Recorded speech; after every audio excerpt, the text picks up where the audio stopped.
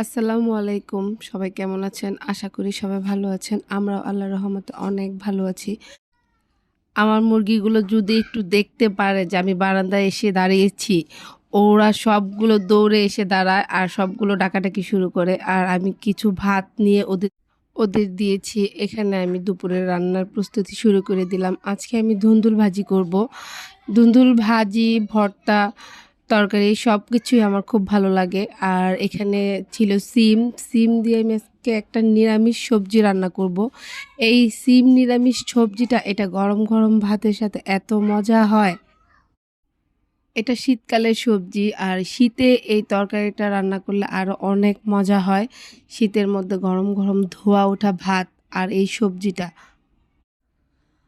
আর এইরকম সবজি এখন শীত প্রয়োজন হয় না। সবসময় সব সিজনেই পাওয়া যায়। আর এই বাগারটার মধ্যে একটু বেশি করে পেঁয়াজ, রসুন, শুকনা মরিচ এটা দিলে আরো বেশি ভালো হয়। আমি ঝালের জন্য একটু চিলি ফ্লেক্স দিয়ে দিয়েছিলাম। সাথে দিয়েছিলাম একটু বেশি করে ধনিয়া পাতা। তারপর আমি আমার মেয়ের জন্য আর ছেলের জন্য মাছ ভাজি করব। ওরা তরকারিটা একটু কম পছন্দ করে। ওরা ভাজিটা একটু বেশি পছন্দ করে। আজকে আমার গলার অবস্থা খুব খারাপ। আমি ভালোভাবে ভয়েস দিতে পারতেছি না।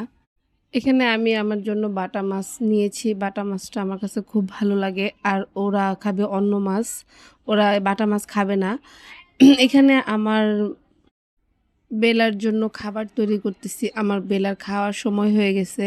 ওকে এইভাবে ভালোভাবে চটকে সবজি দিয়ে মেখে তারপর মুরগিটা দিতে হয়। আর শাক নিয়ে আসছে লাল শাক। লাল শাক রান্না করলে হয়ে যায় দাঁড়া শাক। এটা আমি বুঝি না কিভাবে কি হয়। যখন শাক নিয়েছে তখন আমি বলছি শাকওয়ালা মামাকে যে এইটা লাল শাক নিতেছি, লাল শাক রান্না করলে তো দাঁড়া শাক হয়ে যাবে। কিন্তু সে আমাকে বলছে না, লাল শাক নিলে লাল শাকই হবে। তারপর আমার হাঁস মুরগির সাথে খেলা করতেছিল আর আমার রান্না শেষ। ওকে আমি ডাকতেছি যে আসো খেতে আসো। ও সুন্দরভাবে আসছে, টেবিলে বসে খাবে আর খাবারগুলো নাকি ওর কাছে অনেক মজা হয়েছে। সবাই ভালো থাকবেন, সুস্থ থাকবেন। আল্লাহ হাফেজ।